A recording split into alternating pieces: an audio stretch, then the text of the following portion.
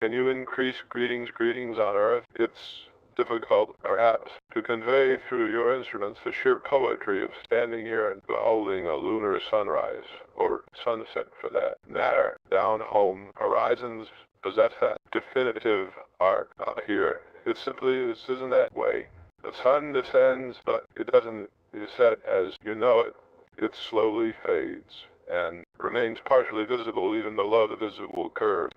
If reluctantly slipping behind a subtle hill, the horizon is eternally present. There's an impression, I realize, of it being impossibly distant, but simultaneously closer. The light is different. It lacks the scattering of atmosphere, lending a quality of sharpness, intense blacks, and shimmering gray. The contrast is profound. When the sunlight strikes the regolith, the surface seems to nearly glow, while in the shadows, absolute darkness resides. It's peaceful, a profound serenity. There's a feeling of being connected to something grand, ancient, almost timeless. I'll do my best to describe that stillness and the unique beauty of the light. When those images come back to you, it truly is a remarkable view. Done that.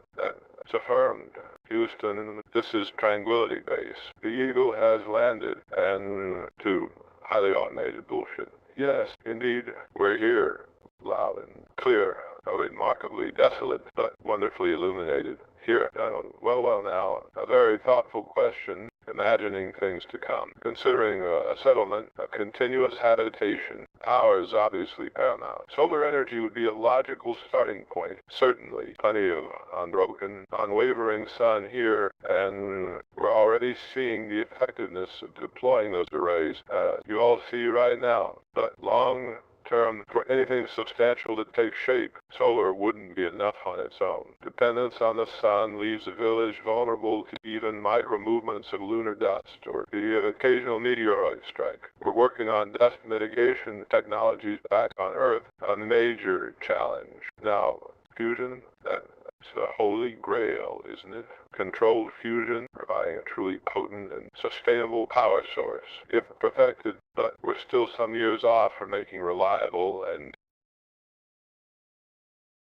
there's a possibility of utilizing lunar helium-3, a byproduct of solar wind bombardment, fuel for a future fusion design. Transporting the fuel source with the energy source is something scientists back home are pondering greatly. So, for a real lunar village, I suspect it'll be a diverse approach, likely robust solar farms coupled with perhaps a compact fission reactor for baseline power during lunar nights, or emergencies with a serious investment continuing to aim toward fusion as the ultimate answer a few generations from now.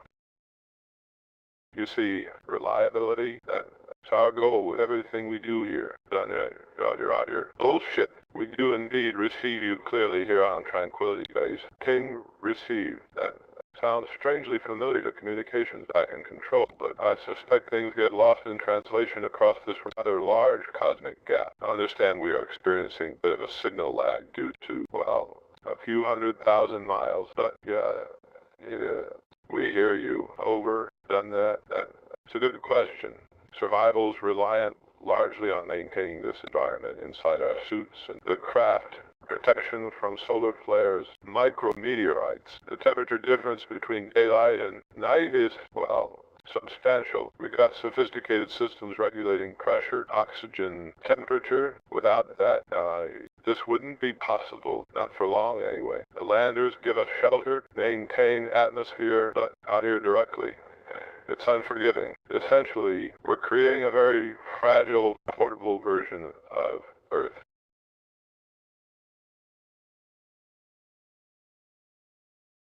Done and good question there. That's certainly one consideration of long-duration stay on the lunar surface. Primarily, our landing module provides significant protection just by its structure. Our spacesuits themselves have several layers designed to mitigate the smaller impacts. Think of it as redundant shielding. However, the threat isn't as overwhelming as you might think. While micrometeoroids exist constantly, space is primarily empty. Larger ones we can track and obviously avoid. We're mainly concerned with statistically likely minor penetrations of our shielding rather than being completely breached. During GIVA, we monitor our systems very closely for any pressure loss that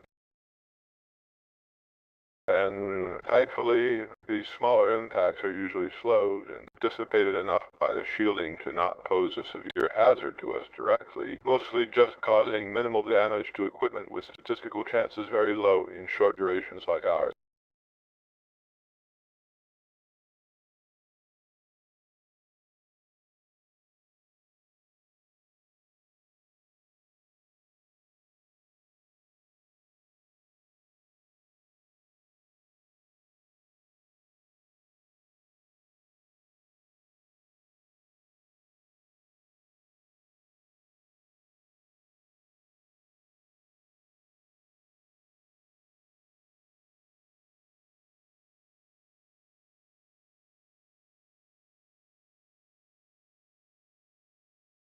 And this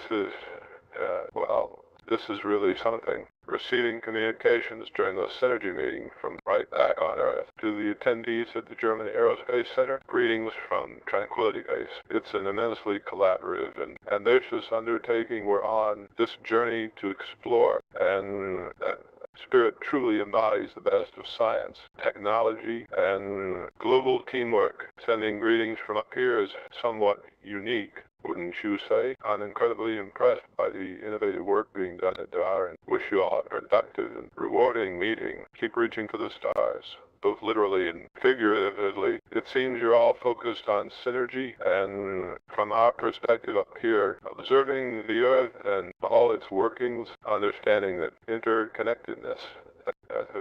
Please share our well wishes with everyone present, and we'll continue relaying reports and data as we gather it from this incredible vantage point.